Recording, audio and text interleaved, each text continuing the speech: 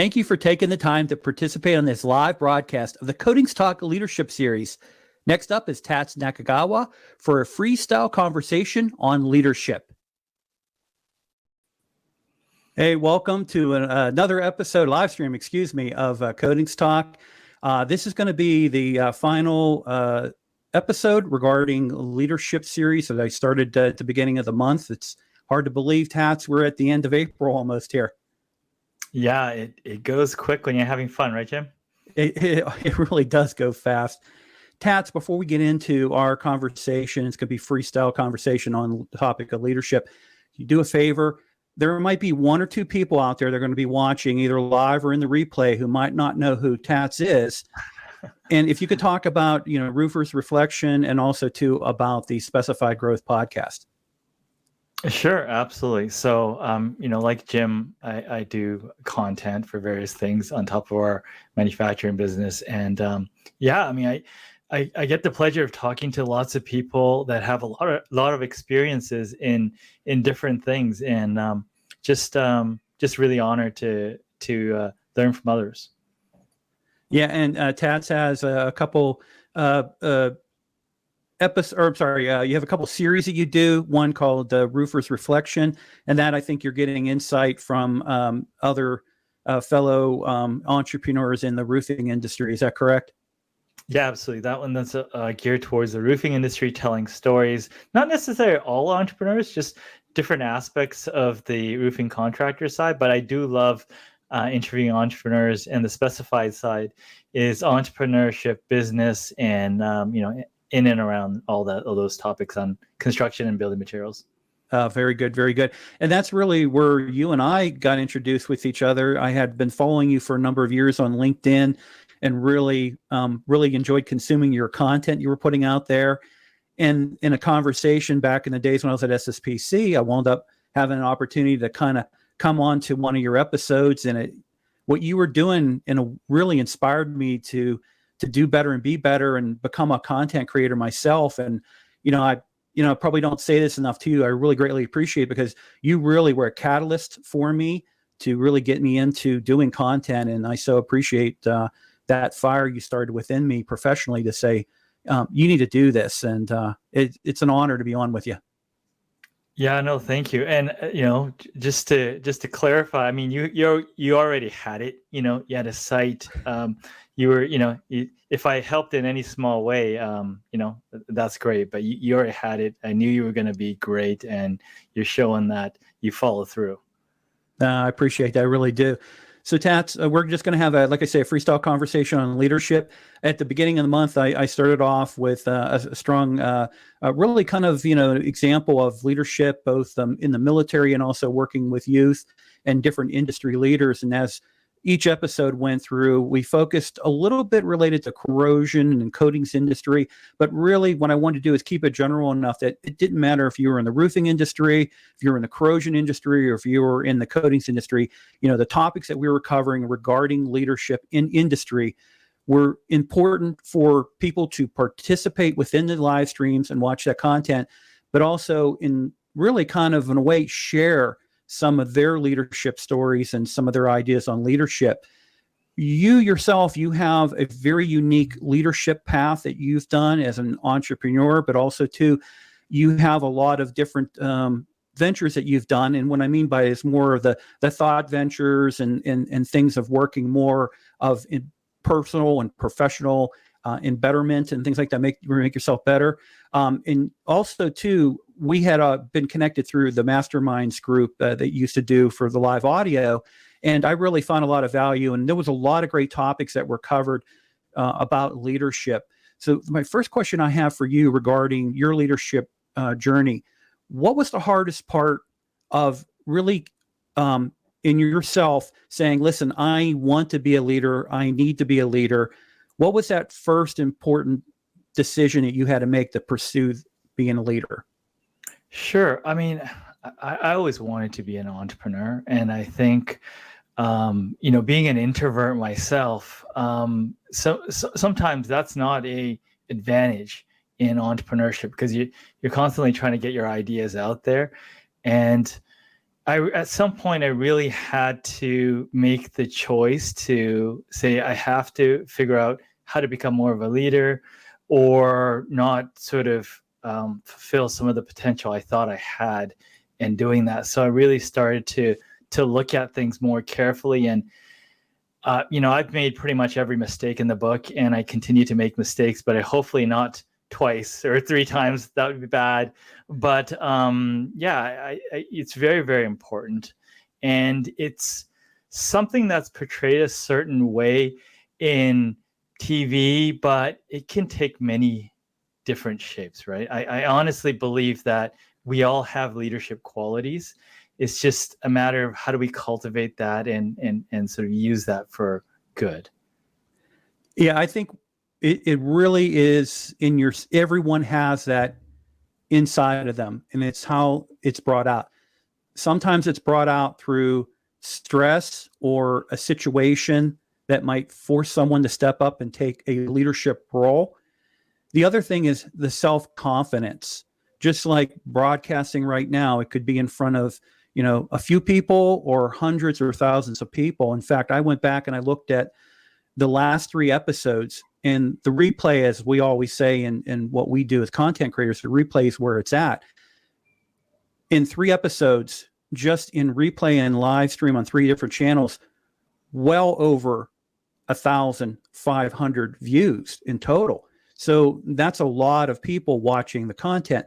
So if you're a little nervous, you might say, "Oh, I don't really want to have people watching me," or I'm not confident in what I could do, or I feel like it goes back to that imposter syndrome. And I know you and I've had conversations about imposter syndrome.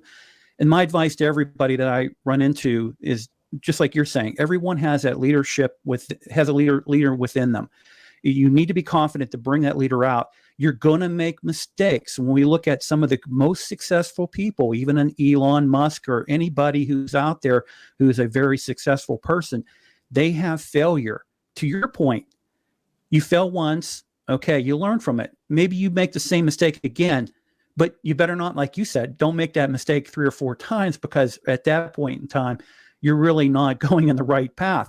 So we have to learn from our mistakes, and we have to be able to better ourselves from our mistakes, but have the confidence to step up and be the leader, or be a leader, participate within leadership.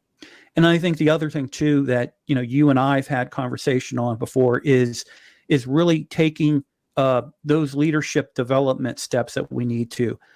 Belonging to a group like with the masterminds. That was a great opportunity for me to network with other entrepreneurs like yourself and others, but also people who were really leaders in different industries. And some of them were very, very influential people in different industries, to be able to kind of mentor with and bounce ideas off and have that, that open mind and conversation. Why is it so difficult, in your opinion? Why is it so difficult for people to have leadership conversations with others?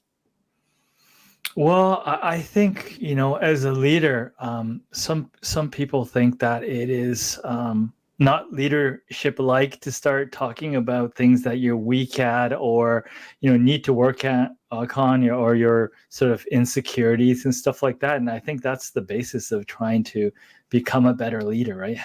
Be willing to have those conversations, open yourself up, talk about things that you suck. I was talking to a leader that has worked with some really, really famous leaders, and I asked her, what was the trait that really stood out? And she thought for a moment. She says, self-awareness. Some leaders are naturally born, they're a little bit more charismatic, some are not, but they know what they're bad at, and they address that, right? And they have a group of people that tell them when they suck, and are always trying to get better, right? And to find that sort of next level, and sort of be able to find a style that works for them. I remember when I was younger, I played sports, and I played tennis, and I started late, but I worked really hard at it.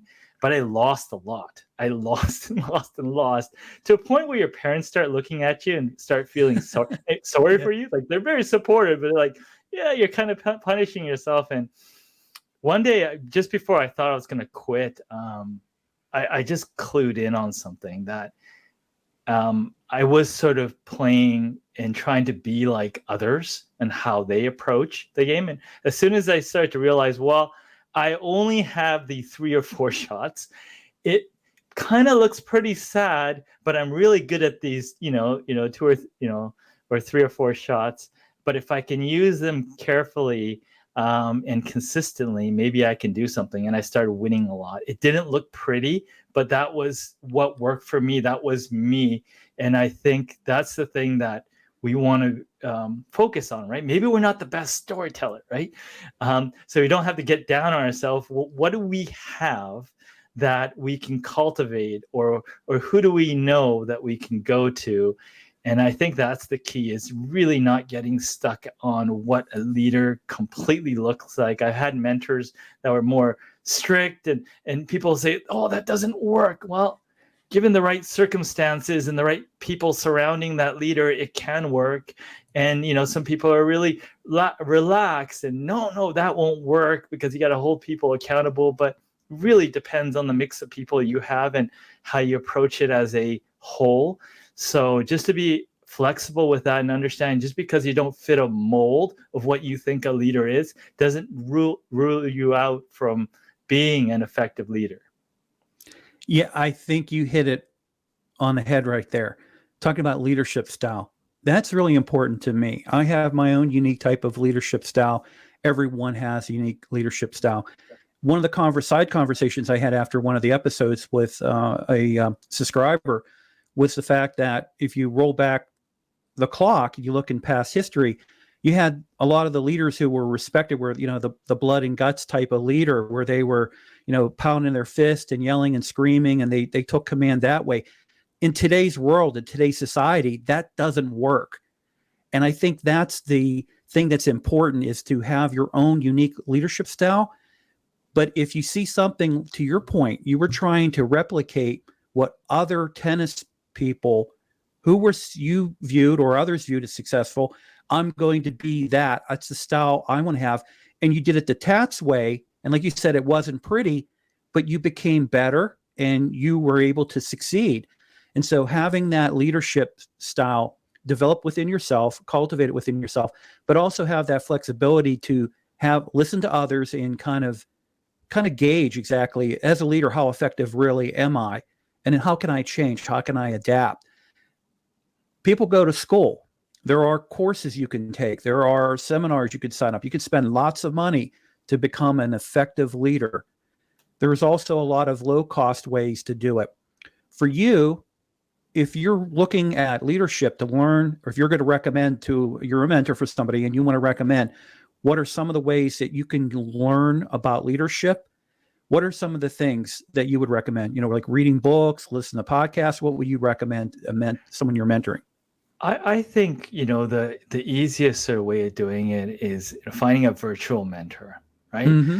And, there's so many resources. There's so many podcasts of how people approach their thing. And if you're new to leadership, is to just try it on for size, right? Not, if someone says jump off a cliff, do not do that. But, if they approach it this way, they think about it this way, see if it kind of jives with the way you are, and try it on for size for a little bit, and then work through that process to see what works for you. I think another thing to realize is that, who you hang around with can affect your development in your personal growth, right? So I've had the pleasure, through our company and through, people like yourself in a community, is, warm, progressive, helpful, willing to help, that just, helps all around, right? So if you're struggling a bit, just look at the influence you have around and find any way to surround yourself with the people that you look up to. Even if you don't know them, just figure out how you can get closer to that. And, you'll start to pull that in a bit more. Oh, very good. And recently, Tats, I don't know if you had seen, I had started a newsletter on LinkedIn called Codings Talk Insight. Thank you to everyone who subscribes. I just got over 2,000 subscribers, so I'm very happy. That was a goal I wanted to hit right away, and hit it after the first couple of weeks, and probably about a month or so in, and hit it. So I'm very, very grateful for everybody who subscribed to it. If you're not subscribed, please subscribe to it. We'll get into, now that we're out of the leadership series, it's going to get into more of the corrosion and coding topics and things like that. So I'm really looking forward to continue to grow this particular newsletter. But in this latest release that I had, what makes an effective leader? What I wanted to cover with you are some of the concepts I covered in here. And this is what I said was characteristics of an effective leader. And I say great leaders are, the first thing is collaborative. They will work together with others. They're very team oriented. It's not about me as a leader. It's about us as the team. It's about us as a company. It's about us as the organization. Or important, the other thing could be, it's about us as an industry. You kind of walk in between the roofing and materials and also in the coating side. How important is it for leaders to be collaborative with team, company, organization, and the greater industry, in your opinion?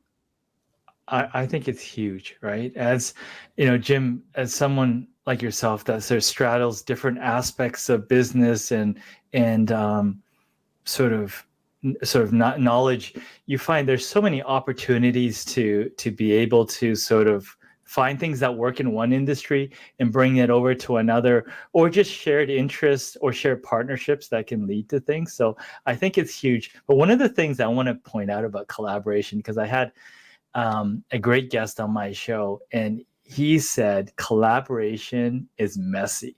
Because I always thought collaboration is, everyone's great, there's a win-win.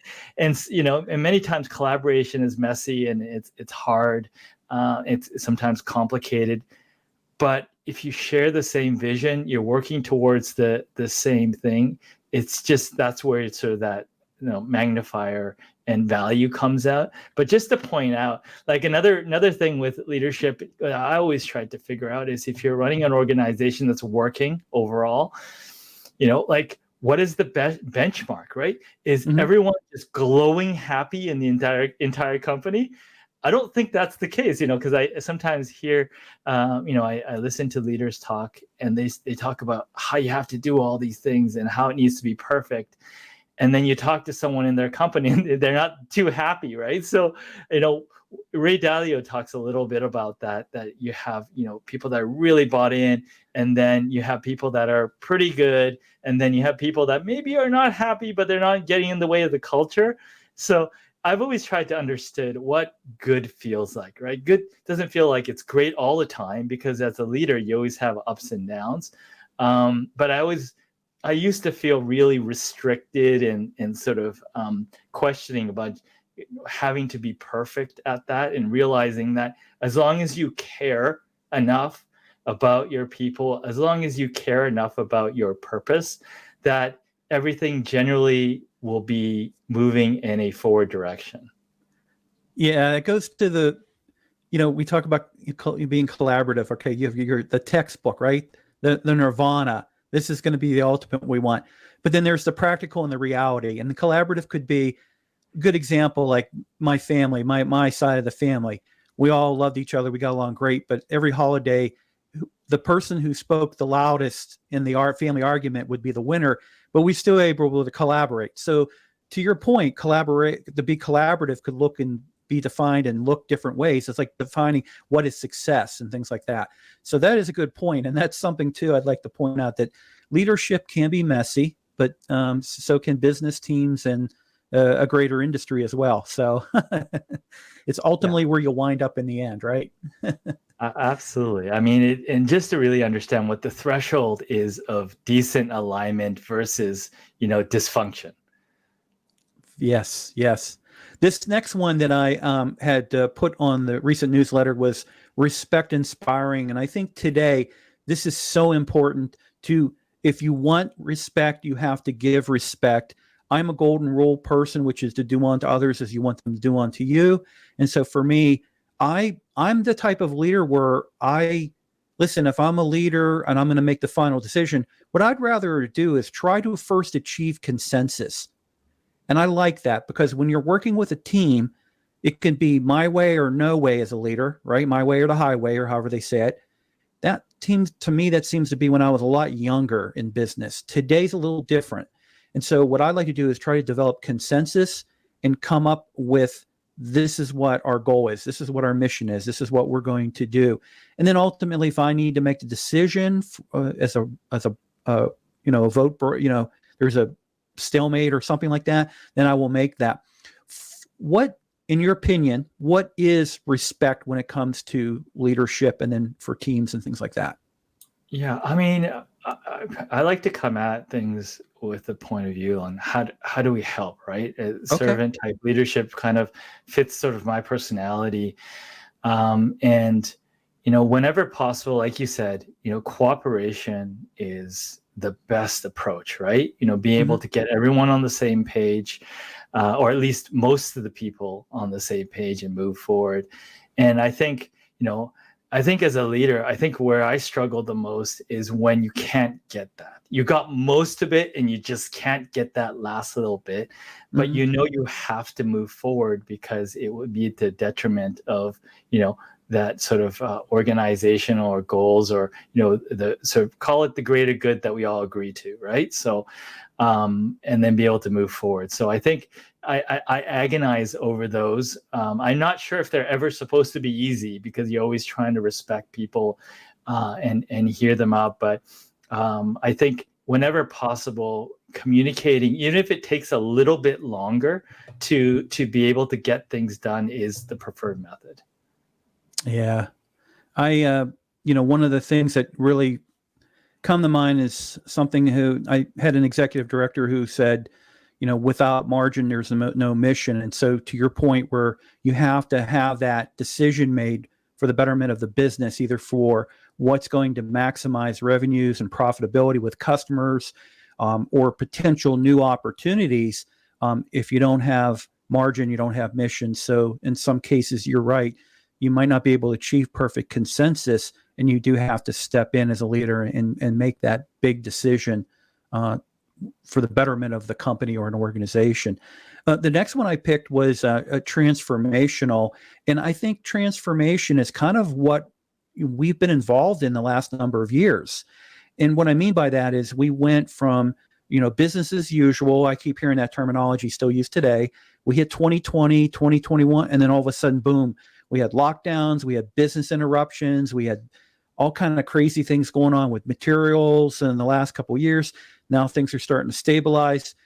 We still have an uncertain future ahead of us. We're not sure exactly how things are going to lay in the path in front of us, but we're going to make the best of it and keep moving forward, because you have to. So transformation can either kill an organization, kill a company, or can give a great opportunity for a company. And let me ask you, on the aspect of the either materials or roofing side, what has been the greatest transformational opportunity that you've seen post COVID? I think people are a lot more open-minded on new things coming out. And I think that's the most thing. I try to come from a place of being open-minded. And I think that's a balance, right? Because when you're operating a business, there's certain things that need to be operational. And then there's certain things that needs to be able to change, right? Because the world around us is constantly changing, and we always have to pay attention to what that is. So, the best asset that a company can have is the ability to change and evolve and learn at high quality and quickly. And how that occurs in the organization, it will determine, or how quickly that can happen. Yeah, under the right circumstances, I think ultimately determines how organization is going to be successful. And I think for personal growth as well, I think it's commonly said, right? What got you to here, if you have bigger goals, most likely won't get you to the next thing that you want to get to if there is a higher goal. And really, when you think of the next thing to get to, would be more in that vision, and really having a vision for your company or your organization is so critical, because it gives a focal point for your team, your staff, even the industry sometimes, to achieve and go after. Vision can be very simplistic. It can be very complex. And we think of a lot of the complexities. Now, currently, the thing that is really interesting in the news for me right now is, Elon Musk has come out and he said that, AI, it's potentially, what do you call it? Civilization ending future. And the thing that I'm more concerned about is not, Skynet takes over and, we've got Terminators running around in the streets looking for people. My thing with AI and this would be some of the visions that, people will have when they developed it. They said it's going to better help people and, industries and all this and great opportunity. My concern is that what happens to the job market when you have now AI with the capability to, write things, produce things, do things.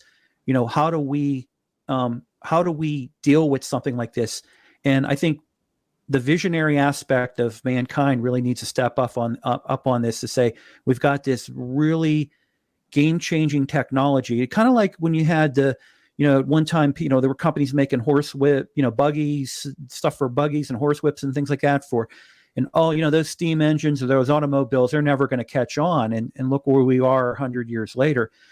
For vision, why is it so important to have forward sight, vision, and understanding of what unrealized potentials might be? Yeah, I find this is the hardest area. Like, every company will have a vision statement and how they're going to do this and that and save the world and whatnot. And I think making the vision meaningful, right? Living to moving towards that vision, making it easy for your people to understand how to execute on that. I certainly don't have the answers to that. We want to do a better job impacting the world sustainably with materials and whatnot. And I think I have a lot to learn in that area on how to make that more sort of tangible. Now, to your AI point, I honestly think that it's there's just a lot more room for people to find different ways to add value. I think AI for certain is going to change how large companies compete. But for the majority of the smaller companies, I don't think it's going to have that big of an impact. Some of the tools are going to be a lot more clever, but that's just going to raise the standard in which what good looks like. Whenever, let's say in the marketing world, things get very, very easy, the value goes down, right? Yeah. So which means that the effort always has to be put in, right? So there'll be the next group of people that are going to be working hard to get that competitive advantage in one area or whatnot. So I think there's still a lot of room to grow and change there. I think to kind of put a lid on the AI conversation. The one thing that I'm so disappointed growing up as a very young boy, the visionary of the Jetsons, and I'm still don't have my flying car. That's the one thing I asked for when I was young. In the future, I want a flying car. I don't have a flying car, but we're probably gonna have an AI, kind of taking care of me or telling me what to do. So I don't know. There you go. You can have some. And then let me do this. I think the last one is going to be, which is really important. Communication is so important. Successful in communicating. I think when I have done a couple of surveys in the past, when I had the build out series and we talked about leadership topics in the surveys all the time, number one thing about what's a trait of an effective leader, always in the top, at least say the number one or number two, communication. How hard is it? You've dealt with so many entrepreneurs and other people and you've mentored people. Why is it so difficult to succeed in communication for so many? You know what? I asked a communication expert, or was it a listening expert? I forgot who it was. She's studied this to, a ton. And we just have a biased when we listened to stuff, right? Even if we really try hard and we're trying to minimize that sort of bias that we have towards that. So we're not taking it in cleanly, right? So when it's coming out, it's tough. So you kind of have to work really, really hard all the time to sort of figure out where people are coming from, what people are trying to say, and then what you're trying to communicate. And then at the same time, right, you're not listening so you can speak, right? So it's this whole process of trying to get better at it. Been jumping on Jesse Hernandez's peer mentoring thing, and that's all that we talk about, right? No leading questions, and how do you listen better, and how do you and all that stuff. So it's just an ongoing process. I just notice little things that I do that kind of like I can do better all the time, and it's just a constant sort of learning process. Well, and the thing I would like to add with communication, and people will ask me all the time, doing content or even presentations and things like that, I always say that people on the other side, those who are watching you, listening to you, participating with you, they want in real life. They want you to be yourself. They want you to be Tats. They want you to be Jim.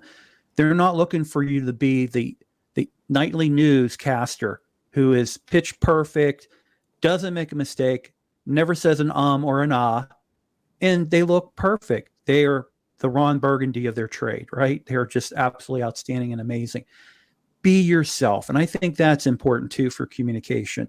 Be yourself, but also listen to yourself too, because you will learn more about your communication style by listening to yourself. And also too, what you say, how does that impact somebody else? If you use a certain words that you might use, or descriptive words and things like that, just think about how that will be perceived. So perception is important too, how others will perceive you. That's important to take in. But there's so many things that are out there, both free, different books you can get out of your library. I have a lending library through Carnegie Mellon in Pittsburgh, and my God, the amount of books you have that are available, and just in leadership topics or whatever type of professional development topics you want, you can get that, and you're going to learn so much. But again, I think it's important to be yourself. So yeah, Tats, thank you. I so greatly appreciate you helping me with the closeout this leadership series discussion that I've had this month. It's been an awesome opportunity for having you back on and us together again, and hopefully I get to go back on to Specified again down the road. So put me in the mix if you can. We can come up with a topic to cover. How can people follow you both either social media, online, or podcasting? If you could go through all that, I'd appreciate that. Sure, absolutely. LinkedIn is a good one. We both love LinkedIn, but I'm on other places like Twitter, Instagram, and whatnot. So happy to connect. And if there's any way that I could be of service, then I'll try my best. Perfect. Everyone, please follow Tats. Also check out his content. Amazing interviews he does. And I so greatly appreciate having him on this evening. I will make sure that I download this, clean it up a little bit, color correct it, fix the audio, and then put it back out on the YouTube channel, but also to relink it back out on the social media for everyone to consume it. Please like and also share this content with your colleagues or any of your connections that you think will get great value out of it. And until Wednesday, LinkedIn live audio chat. Tats, man, those are doing really good for me. So you think about getting into doing that, okay? Nice. It's going to be, I'm getting into doing this topic this week's going to be related to powder coating. So I'm going to kind of change it up a little bit. So everybody check out on Wednesday on LinkedIn. So, all right, Tats, have a good night.